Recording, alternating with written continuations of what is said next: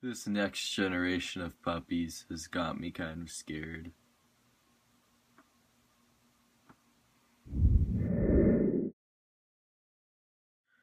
Air Buddies is a spin-off movie from the Air Bud franchise and is about Molly and Buddy getting kidnapped and their puppies having to rescue them. Air Buddies, well, it's nothing like Air Bud.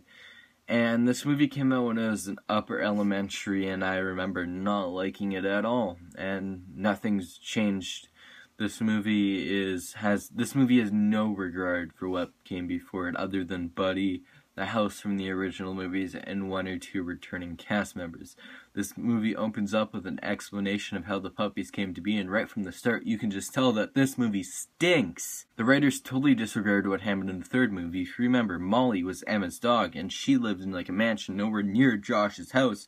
However, in Air Buddies, Molly lives right across the street from Buddy, with a boy that is the same age as Noah. They also failed to mention that Buddy and Molly had a litter of pups before these pups that are in this movie right now. Because out of sight, out of mind, right guys? Who cares what happened with the shooter and I forget the other dogs' names, but you know what? They should have just mentioned it, at least. They also only mentioned Josh and Andrea like once or twice. Because who cares what happened in the previous movies? This is a whole new generation of puppies. Here you go, talking puppies, yay! Like, I totally get that this is a kid's movie and they shouldn't have to, like, watch the original movies to know what's happening in this movie. But they should have at least, like, they did the whole explanation at the beginning. They could have at least explained it properly. Not what was just convenient to the writers. That's bullshit. Also, the dogs can talk? Like, what the fuck? Like, yeah, this definitely was made for money. Maybe I'm, like, thinking wrong. Maybe when the original Air Bud was created, they wanted Buddy to talk. They just didn't have the technology then. But still, this is, like, totally, it's terrible.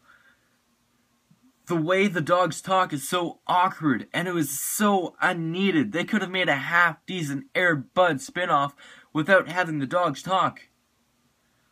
Why did everything at the 21st century have to have animals talk?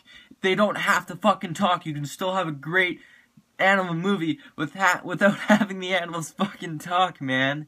No, you don't need that. The story is really predictable and lame, and I don't, like, technically want to get into it because I've ripped this thing apart already, but I'll say that there are, like, one or two positive things I can say about this movie, and that's, like, one, there is a lesson that a kid can take away at the end of this movie, and two, they could probably relate to one, if not all of the pups in this movie, but those positive things don't make up for, like, how fucking bad this movie is.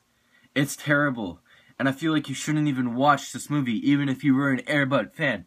Don't even let your kids watch it, because I think that it would, like, make them a little more stupid if they did watch this movie. I feel like I'm, like, lowered my IQ a little bit from watching this movie. Well, maybe I was wrong there, but I'd say, like, a little child would probably, like, enjoy this movie for the talking animals and stuff like that.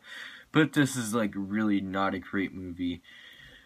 Air Buddies gets a 2.5 out of 10. Would not recommend it at all. Alright guys, this has been your favorite critic 26. Hope you liked me, like, ripping apart this movie, as this was, like, the first movie that I've, like, was really angry about while reviewing it. Like, even while I was typing it, I wasn't planning on, like, having it this angry. I wasn't, like, that mad. But, like, reviewing it, it just made me so frustrated. This movie is not good. Anyways, I just gotta stop. So if you like this review, please smack that like button as always, as well as share it to your friends. Maybe they'd have a good kick out of it. I don't know. And subscribe for more reviews. My next review will be of Alice in Wonderland, the 1951 version. The cartoon one, and then I'll move on to the live action, which I'm not looking forward to because I was not a fan of that movie. However, that Alice in Wonderland 1951 animated cartoon review will be up in a couple of days. So guys, I'll see you next time. Peace!